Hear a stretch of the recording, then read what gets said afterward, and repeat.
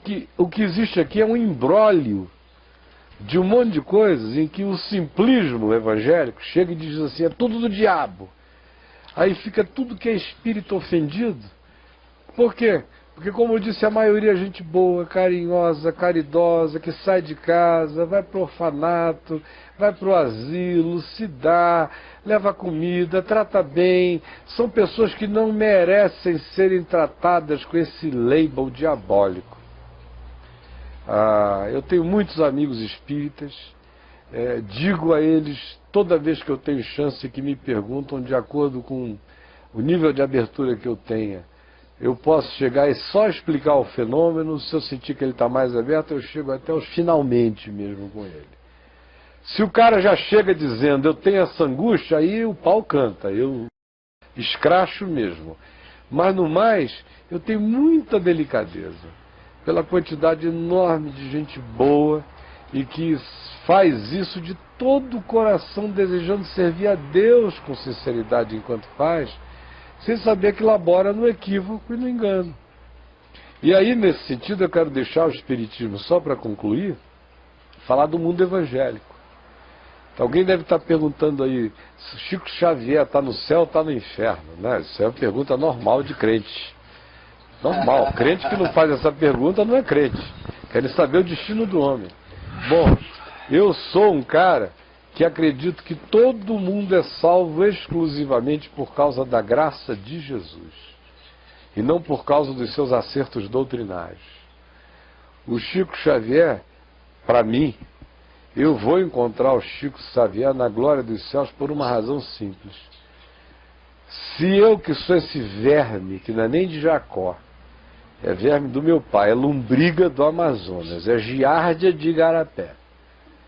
Eu que sou esse verme, eu consigo olhar para o Chico Xavier com a piedade e com a misericórdia, que não o bane para lugar nenhum, apenas diz, filho, acabou o tempo do engano e do equívoco, chega para o colo do pai. Eu que sou mal, consigo dar boas dádivas ao Chico Xavier, quanto mais o nosso Pai Celeste.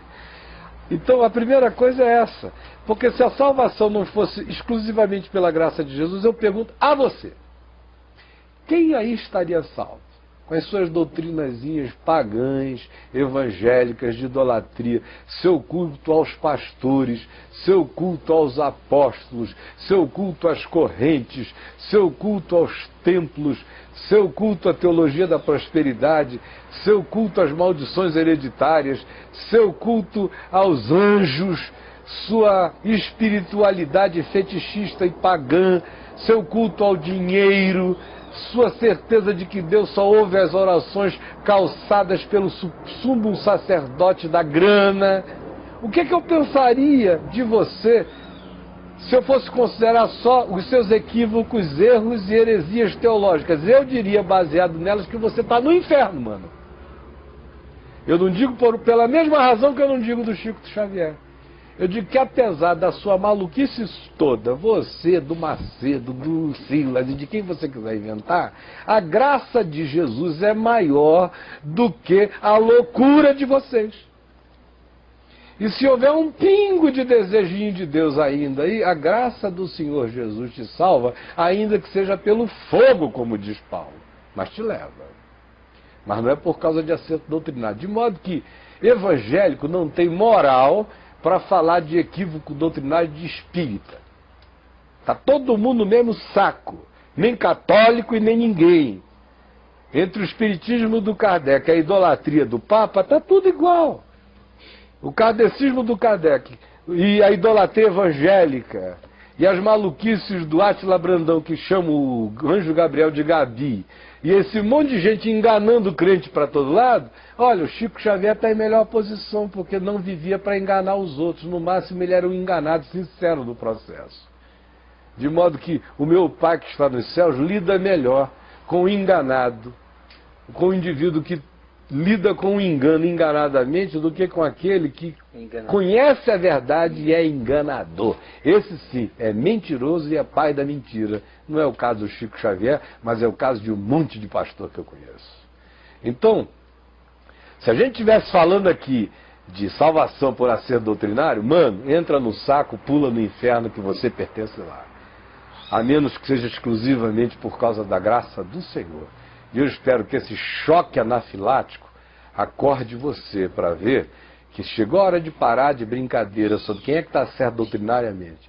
Porque eu sei uma coisa sobre Chico Xavier, ele podia ter vaidades, equívocos doutrinários, podia ter tudo isso, mas ele gastou a vidinha dele fazendo caridades que, com vaidade ou sem vaidade, milhares de pessoas comeram, se alegraram, foram para casa, enquanto você, pastor evangélico, não dá nem cesta básica para ninguém, vive tomando a cesta básica dos outros, enganando todo mundo.